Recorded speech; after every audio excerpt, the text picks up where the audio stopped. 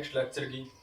और मैकेनिक्स में इससे पहले अपन पढ़ चुके हैं केंद्रीय बल के प्रभाव में जो गति है उसका फर्स्ट टॉपिक केंद्रीय बल किसे कहते हैं, व्हाट इज सेंट्रल फोर्स। और जिसमें अपन ने पढ़ा कि प्रकृति में पाए जाने वाले अधिकांश बल हैं वो केंद्रीय बल होते हैं। और केंद्रीय बल की डेफिनेशन में अपन ने 2 पॉइंट इंपॉर्टेंट किए थे। एक जिसमें आपने बताया था कि केंद्रीय बल होगा तो कोई भी पार्टिकल किसी अदर पार्टिकल के ऊपर फोर्स लगाएगा तो उसकी क्रिया रेखा है वो उसके केंद्र से होकर गुजरनी जरूरी है। और दूसरा आपने डिस्कस किया था कि केंद्रीय बल वो होगा जो पार्टिकल के केंद्र से जो पार्टिकल उसके ऊपर फोर्स लगा रहा है उसके ऊपर दूरी पर डिपेंड करना चाहिए। और अपन ने केंद्रीय बल के लिए पढ़ा था कि F जो है वो R का फंक्शन होता है और F R इक्वल्स टू अपन ने F R और इनटू में R कैप लिखा था प्लस माइनस। ये केंद्रीय बल का फॉर्मूला है जिसमें प्लस R कैप है वो बल की प्रतिकर्षण प्रकृति को निरूपित करता है और नेगेटिव साइन जो है नेगेटिव R कैप जो है वो अट्रैक्शन नेचर को फॉलो करता है। तो आज अपन डिपेंड करेंगे कि कोई भी केंद्रीय बल के अंतर्गत पार्टिकल है यानी किसी पार्टिकल के ऊपर केंद्रीय बल लग रहा है तो उसकी गति के समीकरण क्या होंगे, यानी केंद्रीय बल के अंतर्गत कण की गति के समीकरण यानी equation of particle motion under central of force. कोई भी पार्टिकल केंद्रीय बल के अधीन गति करता है तो उसकी गति के समीकरण क्या होंगे। तो सबसे पहले अपन मान लें कि माना m द्रव्यमान का एक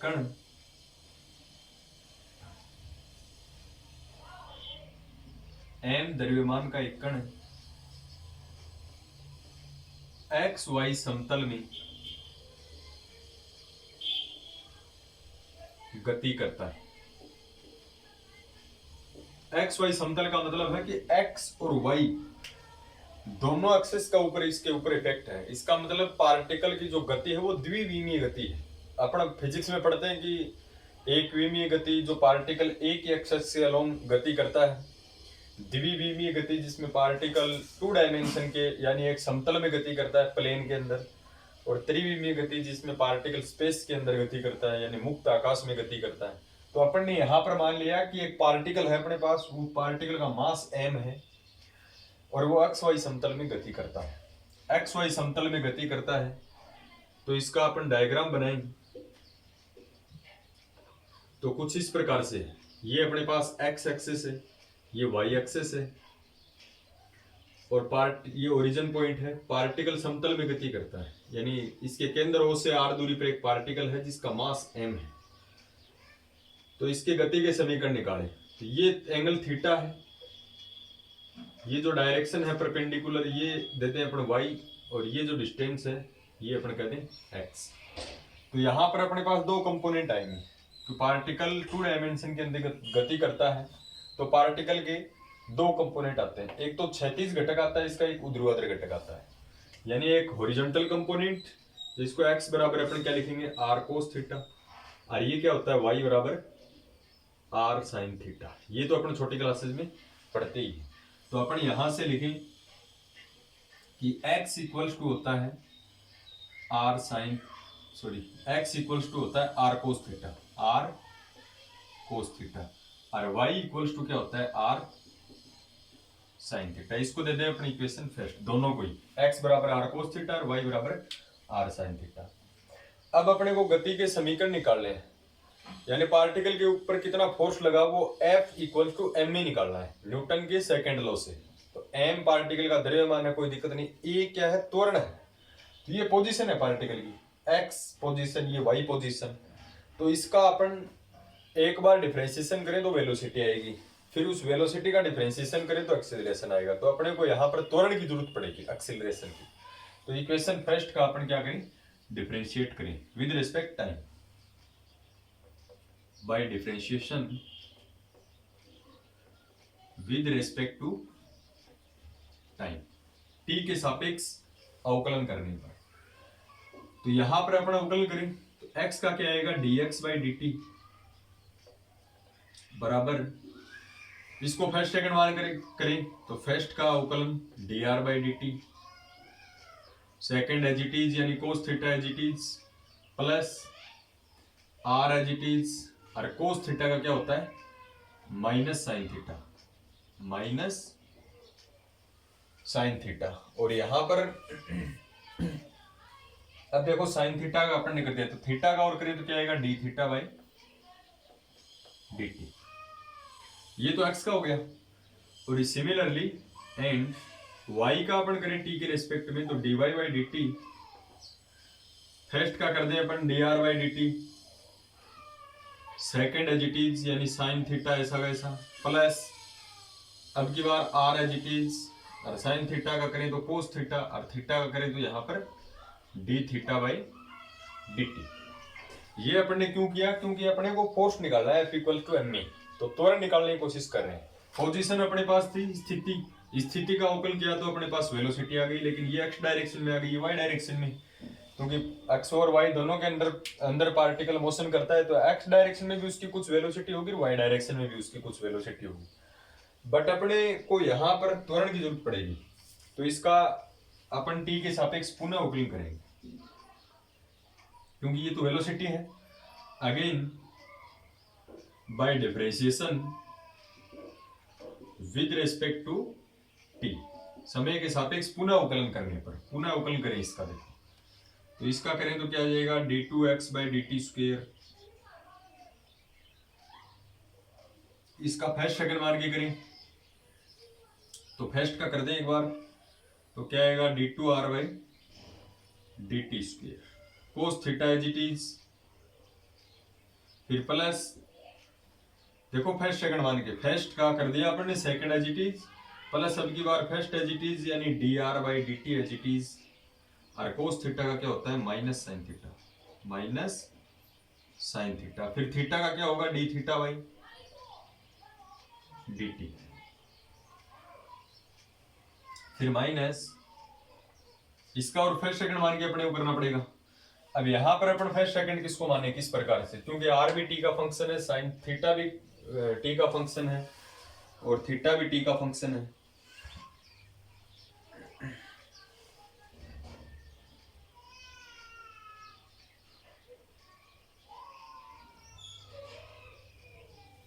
तो इसको अपन देखो क्या करते हैं, इस पूरे r साइन थीटा को फर्स्ट मान लें, इसको सेकंड मान लें, तो फर्स्ट का अपन करें यानी सबसे पहले क्या करेंगे d बाई डी टी, और किसका करेंगे r साइन थीटा का, फिर अपन क्या करेंगे plus first as it is r sine theta है अपने पास first, r sine theta as it is, अवकल करेंगे अपन d बाई डी टी, इसका करेंगे d theta by d T.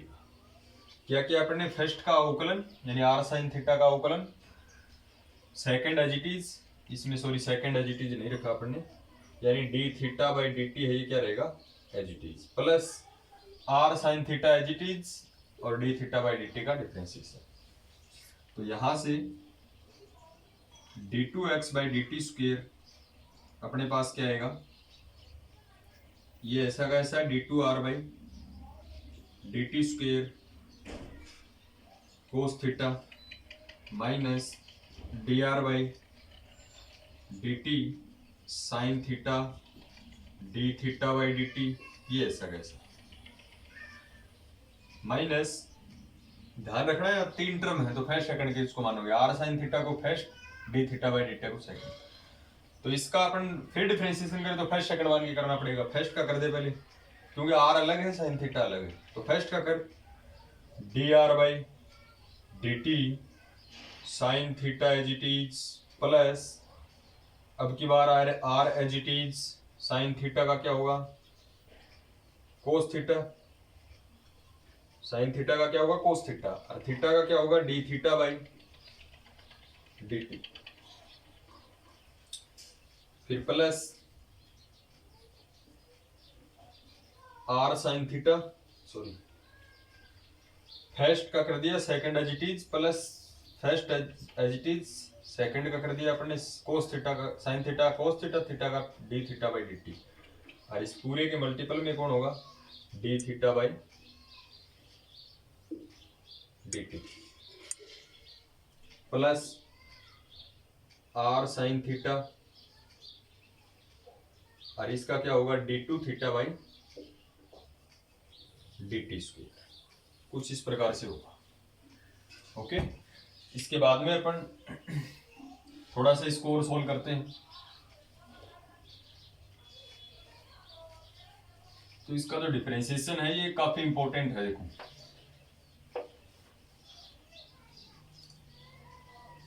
अब अपन इसको सोल्व करते हैं और अपन चेक करेंगे इसको सही तरीके से लिख के कि d two x upon d t square की वैल्यू क्या है। कोस थीटा वाली टर्म जो है वो अपने एक साइड करेंगे और साइन थीटा वाली टर्म एक साइड करेंगे। तो देखो ये टर्म है कोस थीटा वाली, देखो एक तो ये d two r upon d t square cos theta, और एक टर्म यहां पर आएगी कोस थीटा की, दो ही टर्म है, दोनों में से कोस थीटा कॉमन ले लें, बिल्कुल इजी है। देखो डिफरेंशिएशन करना है, d two x upon d t square, cos theta अपन बाहर ले तो यहां क्या बचेगा, d two r by d t square, एक ये टर्म है तो ये प्लस की है, ये माइनस है तो माइनस की, कोस थीटा बाहर ले लें, आर बचेगा d theta upon d t into d theta upon d t, तो यहां से R D theta upon d t into d theta upon d T, कुछ इस प्रकार की टर्म आएगी। तो यहां पे plus minus minus, cos theta बाहर आएगा, ये D theta upon d t का होल स्क्वायर बच जाएगा, D theta upon d t का होल स्क्वायर, और बाहर कौन आ जाएगा, कोस थीटा आ जाएगा।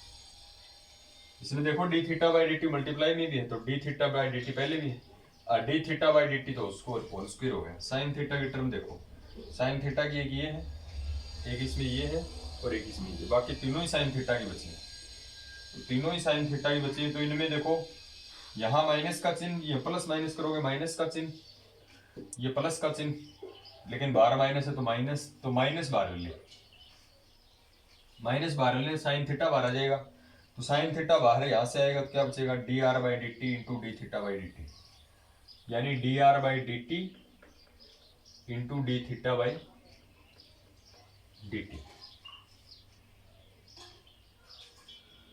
साइन थीटा यहां से बाहर लेंगे माइनस आएगा तो d r by d t plus में d r by d t, और इसके इंटू में ये और बचेगा d theta by d t, ये तो पूरे के साथ मल्टीपल है तो into d theta by d t, ये प्लस माइनस माइनस हो गया था, माइनस बाहर ले लिया तो प्लस साइन थीटा बाहर आ गया आर, और ये बचेगा d two theta by d t square, और साइन थीटा बाहर आ जाएगा। कुछ इस प्रकार की टर्म है वो अपने पास बचेगी।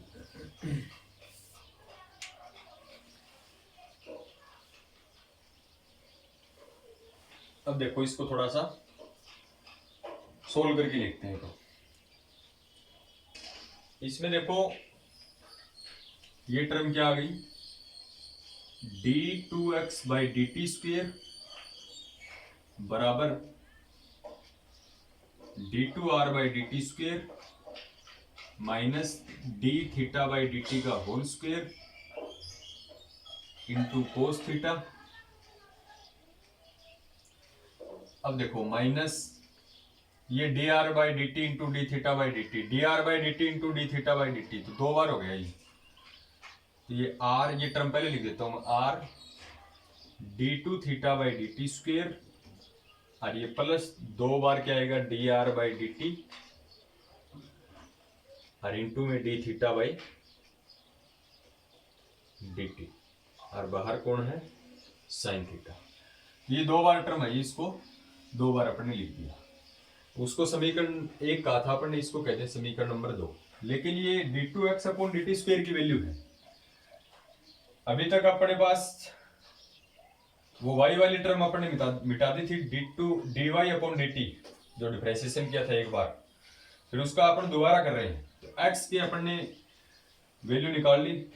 तो सिमिलरली y की वैल्यू आप निकाल सकते हो, जैसे मैंने इस प्रकार से बताई है। मैं यहाँ पर dy बाई dt जो ऊपर निकाल रखा है, इसका दोबारा डिफरेंशिएशन कर रहा हूं। तो y की जो टर्म होगी वो कुछ इस प्रकार से आएगी, देखो।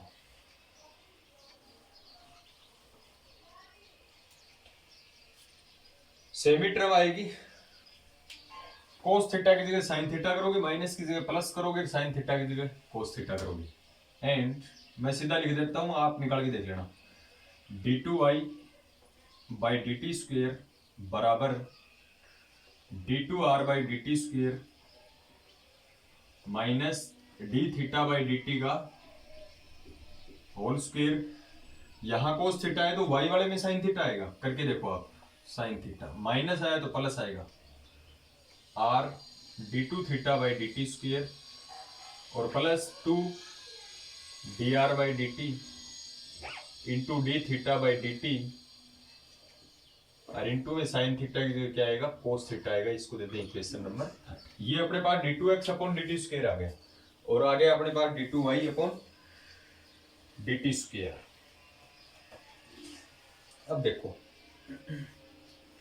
यहां से अपन त्वरण आ गया, ये x दिशा में एक्सेलरेशन है, ये y डायरेक्शन में एक्सेलरेशन है। तो त्वरण जो होता है, चूंकि एक्सेलरेशन त्वरण, मैं कहता हूं आपसे एक्स वाई डायरेक्शन के अंदर पार्टिकल मूव करता है एक्स वाई समतल में, तो त्वरण अपन केवल x दिशा में लिखें, a वेक्टर बराबर, तो इसको क्या लिखेंगे, a x i cap, x दिशा में त्वरण। लेकिन यहां पर y डायरेक्शन का भी कंपोनेंट है, तो plus a y j cap यहां लिख सकते हैं। और 3D में मूव करता तो a वेक्टर बराबर क्या लिखते हैं, a x i cap plus a y j cap plus a z k cap. लेकिन यहाँ पर x और y के अंदर गति करता है, तो त्वरण जो होंगे वो xy डायरेक्शन में है, वो xy डायरेक्शन के अंदर होंगे। ax की वैल्यू अपने पास है, x डायरेक्शन में एक्सीलरेशन, ay की अपने पास वैल्यू है, ये तो क्या है, ax है, यानी x दिशा में त्वरण है ये। और ये क्या है, d2y upon d t square, ये है ay। तो ax और ay की अपन यहां पर वैल्यू रखेंगे। तो इसकी वैल्यू रखेंगे तो देखो क्या आएगा, यहां रख देता हूं मैं, a वेक्टर बराबर ax की वैल्यू रख, ax ये पूरा है, तो इस पूरे की अपन वैल्यू रखेंगे, तो d2r upon d t square. देखो मैथमेटिकल कैलकुलेशन है, फिजिक्स का कोई ज्यादा रोल नहीं है, तो मैथमेटिकल कैलकुलेशन जो है इसको थोड़ा सा अपने को तरीके से करना पड़ेगा। Cos theta minus r d two theta upon d t square plus 2 d r by d t into d theta by d t into sine theta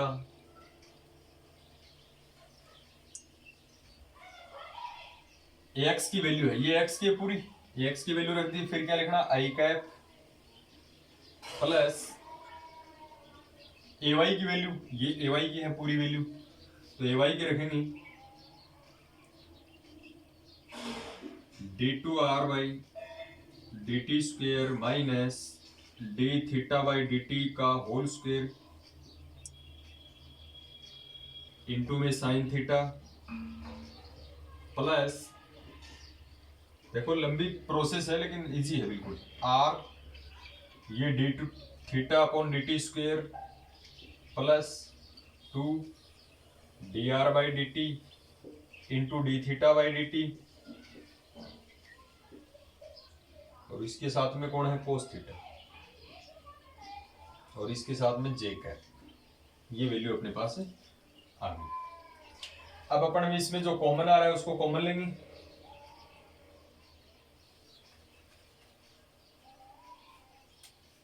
अब देखो इसको,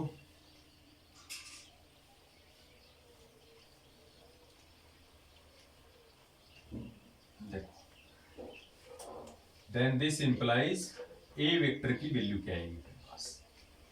देखो फर्स्ट टर्म है, ये वाली टर्म कॉमन आ रही है, लेकिन इसमें यहां क्या है, कोस थीटा, ये साइन थीटा। कोस थीटा के साथ मल्टीप्लाई कौन होगा, आई कैप, क्योंकि आई कैप तो इसके साथ पूरी टर्म के साथ भी मल्टीप्लाई है और इसके साथ भी मल्टीप्लाई है, तो कोस थीटा के साथ होगा आई कैप। यहां साइन थीटा के साथ क्या होगा, जे कैप होगा। तो इसमें ये टर्म कॉमन आ रही है, तो पहली टर्म अपन कॉमन लें, d2r by d t square minus d theta by d t का होल स्क्वेयर, ये पहली टर्म कॉमन लें, तो यहां तो क्या बचे, कोस थीटा आई कैप, यानी इनटू में क्या बचे, आई कैप और कोस थीटा, प्लस इस टर्म में क्या बचे, जे कैप इंटू साइन थीटा, तो यहां क्या बचेगा, जे कैप इंटू साइन थीटा। ठीक है, सेकेंड टर्म में भी अपन कॉमन लें,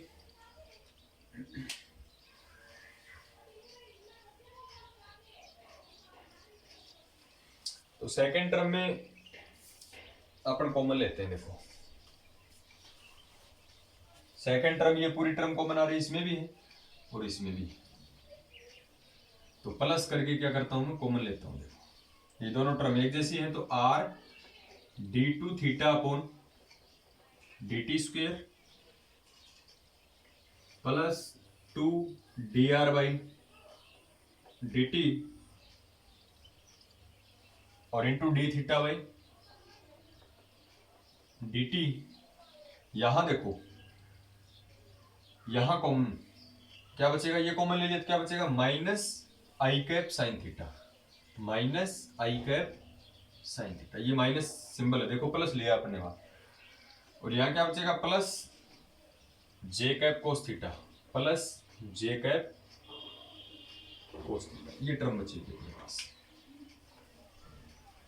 तो ये आ गया त्वरण अपने पास, एक्सीलरेशन।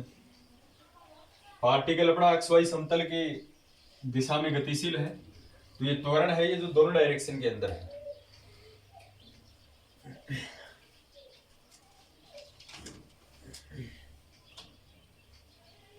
अब देखो ये जो होता है,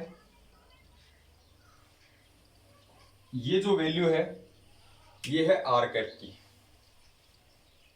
क्योंकि आर वेक्टर बराबर अपन क्या लिखते हैं, x i cap plus J Y cap plus और जेड के कैप, कुछ इस टर्म में अपन इसको लिखते हैं। तो ये वैल्यू है, यहां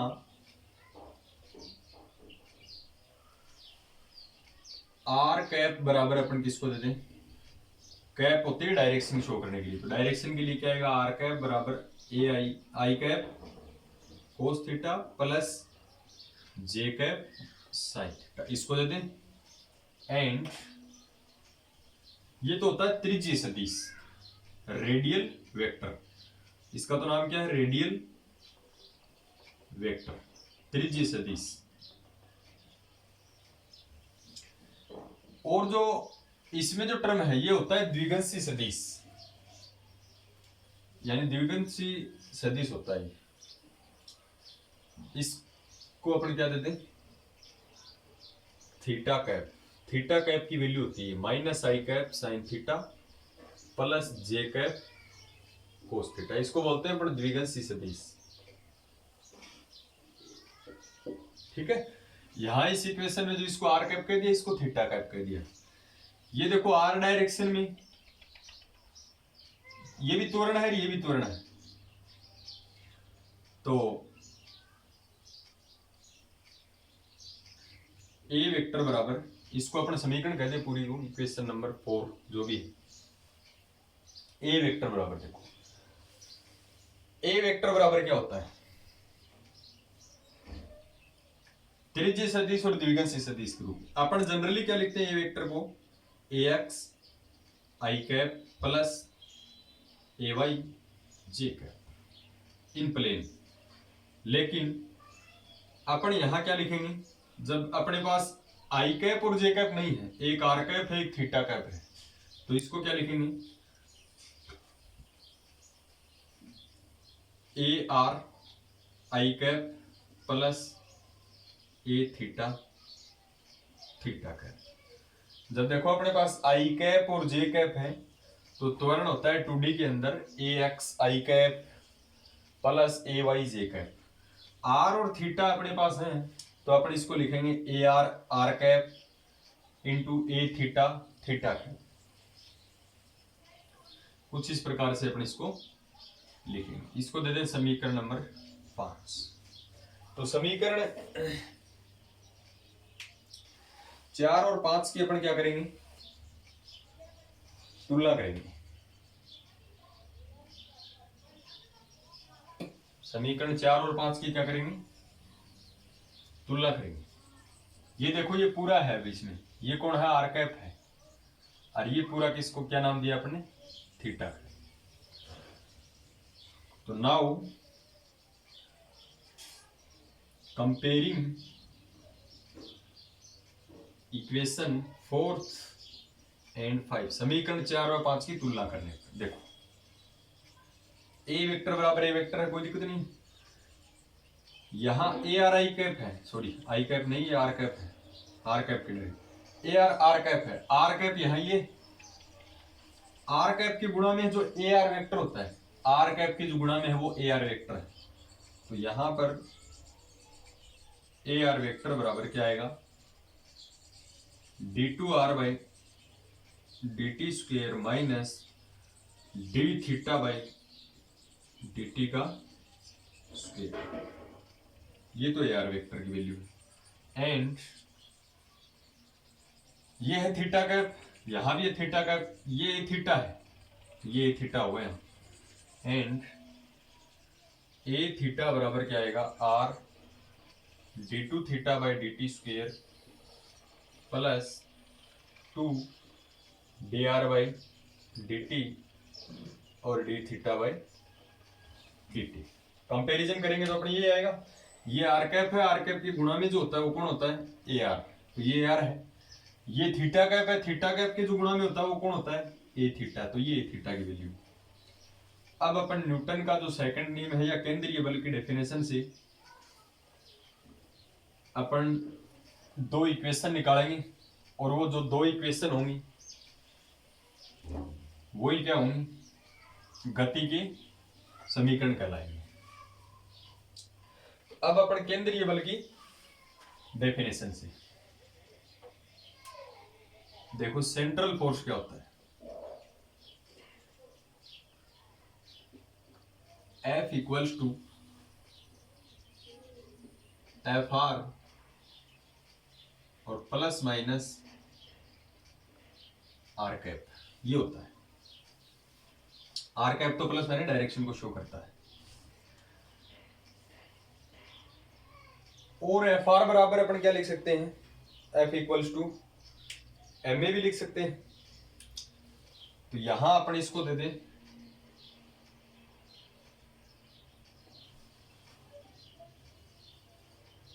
समीकरण नंबर 6। सो अब देखो ये ए आर वेक्टर है जो आर कैप डायरेक्शन में होता है, ठीक है। ए आर वेक्टर कौन सी डायरेक्शन में होता है, आर कैप डायरेक्शन में। ए थीटा कौन से, थीटा कैप डायरेक्शन में। अब ये सेंट्रल फोर्स के आप फॉर्मूले को देखोगे तो सेंट्रल फोर्स केवल डिस्टेंस यानी दूरी पर डिपेंड करता है, थीटा के ऊपर डिपेंड नहीं करता, तो केवल इस फंक्शन के ऊपर डिपेंड करेगा। क्योंकि एफ आर को मैं क्या लिखूंगा, m a r, f equal to m a होता है, आर के कोरस्पॉन्डिंग इसको अपन क्या लिखेंगे, f equals to m a r, ऐसे तो लिखेंगे। ए आर की वैल्यू है अपने, क्योंकि एफ बराबर एम ए होता है सेकंड नियम से, न्यूटन के सेकंड लॉ से। ए आर अपने पास ये है, लेकिन अपन एफ आर बराबर ये तो नहीं लिख सकते एम ए थीटा, क्योंकि बल एंगल के ऊपर डिपेंड नहीं करता, थीटा पर डिपेंड नहीं करता, दूरी पर डिपेंड करता है। सो ए आर जो वेक्टर है इसको क्या लिखें, और थोड़ा सा मैं इसको लिख देता हूं, देखो इसको, और मैं क्या लिखता हूं, एफ वेक्टर बराबर, एफ बराबर क्या होता है, एम ए आर के ऊपर डिपेंड करता है, तो ए आर के ऊपर डिपेंड करेगा, ठीक है, ये लिख सकता हूं। आर कैप डायरेक्शन को शो करेगा। और यहां पर ए आर की वैल्यू देखो, तो f vector equals to m, a r की वैल्यू ये है, ए आर की वैल्यू है d two r upon d t square minus d theta by d t का होल स्क्वेयर दिस। एंड एक अपने पास जो वैल्यू होगी, ये वैल्यू तो किसकी आ गई, एफ आर की आ गई, ये वैल्यू किसकी है, एफ आर की। सेकंड के लिए अपन एक्सेलरेशन लिखें या एफ निकालें, तो सेकंड के लिए एफ क्या है, 0, क्योंकि एफ केवल आर का फंक्शन है, तो थीटा के लिए 0 है, प्लस में 0 कर सकता हूं, इसकी तुलना करके देख लो आप, तो ये 0 है, तो 0 इक्वल्स टू एम थीटा के corresponding r d two theta by d t square और plus 2 d r by d t और into d theta by d t. तो एक तो ये समीकरण है नंबर 7 और एक इक्वेशन नंबर 8 है। और समीकरण 7 और 8 जो है वो केंद्रीय बल के अंतर्गत कण की गति के समीकरण कहलाते हैं। समीकरण 7 व 8 केंद्रीय बल के अंतर्गत गति की समीकरण कहलाते हैं। तो यह आज का अपना लेक्चर था, जिसमें ये दो इक्वेशन इंपॉर्टेंट है, पूरी यूनिट के अंदर अपने को जरूरत पड़ेगी। एफ आर इक्वल्स टू होता है m d two r upon d t square minus d theta by d two का होल स्क्वायर, और 0 इक्वल्स टू होता है एम या m into r d two theta upon d t square plus 2 d r by d t into d theta by d t equals to 0। और ये दोनों ही समीकरण क्या कहलाते हैं, केंद्रीय बल के अंतर्गत गति के समीकरण कहलाते हैं। Both equations are known as equation of a particle motion under central forces.